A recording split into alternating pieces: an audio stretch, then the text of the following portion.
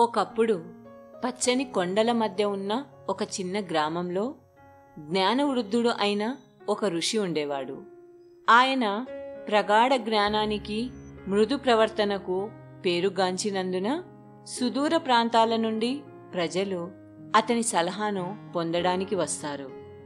ఊరి నడిబొడ్డున ఎత్తైన మర్రి చెట్టు నీడ కింద గ్రామస్తుల బాధలు వింటూ కూర్చున్న ఋషికి దయతో కళ్ళు మెరిసిపోతున్నాయి. ఒకరోజు అర్జున్ అనే యువకుడు ఋషిని సంప్రదించాడు.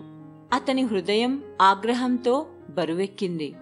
ఋషి అని అరిచి, నాకు అన్యాయం జరిగింది. నా స్నేహితుడు నా నమ్మకాన్ని వంచాడు మరియు నేను కోపంతో దహించిపోతున్నాను అని కోపంతో ఊగసాగాడు. త్వరగా సలహా ఇవ్వడానికి బదులుగా ఋషి కేవలం అర్జున్ని తన పక్కన కూర్చోమని సైగ చేశాడు. సున్నితమైన స్పర్శతో అతను తన కథను చెప్పమని అర్జున్ని ప్రోత్సహించాడు. అతని బాధను విన్న ఋషి అర్జున్తో మెల్లగా, కల్లోలాల క్షణాలు వస్తాయి. మన మాటలు కాదు, మన మౌనమే గొప్ప జ్ఞానాన్ని కలిగి ఉంటుంది అని హితవు చెప్పాడు. ఋషి మార్గదర్శకత్వంతో అర్జున్ మౌనం యొక్క శక్తిని నేర్చుకున్నాడు. జీవితంలో ఎదురయ్యే సవాళ్లను ఓర్పుతో, అవగాహనతో ఎదుర్కొనేందుకు సిద్ధంగా ఉన్న తేలికైన హృదయంతో మర్రి చెట్టు నుంచి వెళ్ళిపోయాడు.